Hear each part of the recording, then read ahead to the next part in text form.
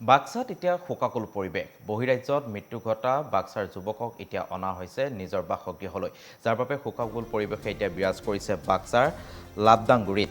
বহিৰাজ্যত মৃত্যু হোৱা শ্ৰমিকক অনা হৈছে নিজৰ গৃহলৈ আৰু ঘৰ পোৱাৰ পিছতেই মৃতদেহ সৎকাৰ কৰে পৰিয়ালৰ লোকে। 16 এপ্ৰিলত পথ দুৰ্ঘটনাত নিহত হৈছিলে শ্ৰমিকজন আৰু দুৰ্ঘটনাটোত নিহত হোৱা শ্ৰমিকজনৰ নাম হৈছে কুমাৰ নাথ। চেন্নাইত কৰ্মসূত্ৰে আছিল নিহত কুমাৰ নাথ আৰু এক দুৰ্ঘটনাত নিহত হোৱা সেই শ্ৰমিক কুমাৰ নাথৰ যি মৃতদেহ, সেই মৃতদেহ এতিয়া ইতিমধ্যে নিজৰ বাসগৃহলৈ অনাৰ পিছত সৎকাৰ কৰিছে পৰিয়ালৰ লোকে।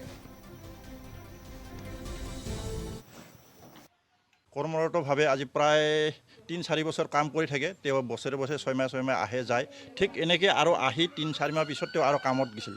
কামত যায় তেওঁ কালি অকস্মাত আমাৰ গাঁৱৰ ওচৰৰে 3-4জন 5-6জন ল'ৰা একেলগে কাম কৰে।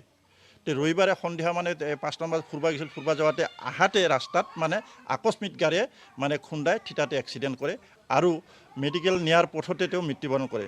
মৃত্যুবৰণ কৰাৰ পিছত আমি খবৰ পালোঁ, তেওঁলোকৰ যে ফোন কৰলা গৃহস্থৰ মানুহ যে এনেকুৱা দেউতা বা এক্সিডেণ্ট হৈছে। তেওঁৰ জোৱাই এজন থাকে আৰু মাকৰ জোৱাই এজনে খবৰ হ'ল। পিছত অকস্মাত যেতিয়া খবৰ হ'ল তেতিয়া ক'লে ৰাস্তাতে মৃত্যু হ'ল। মৃত্যু হোৱাৰ পিছত এতিয়াতো একদম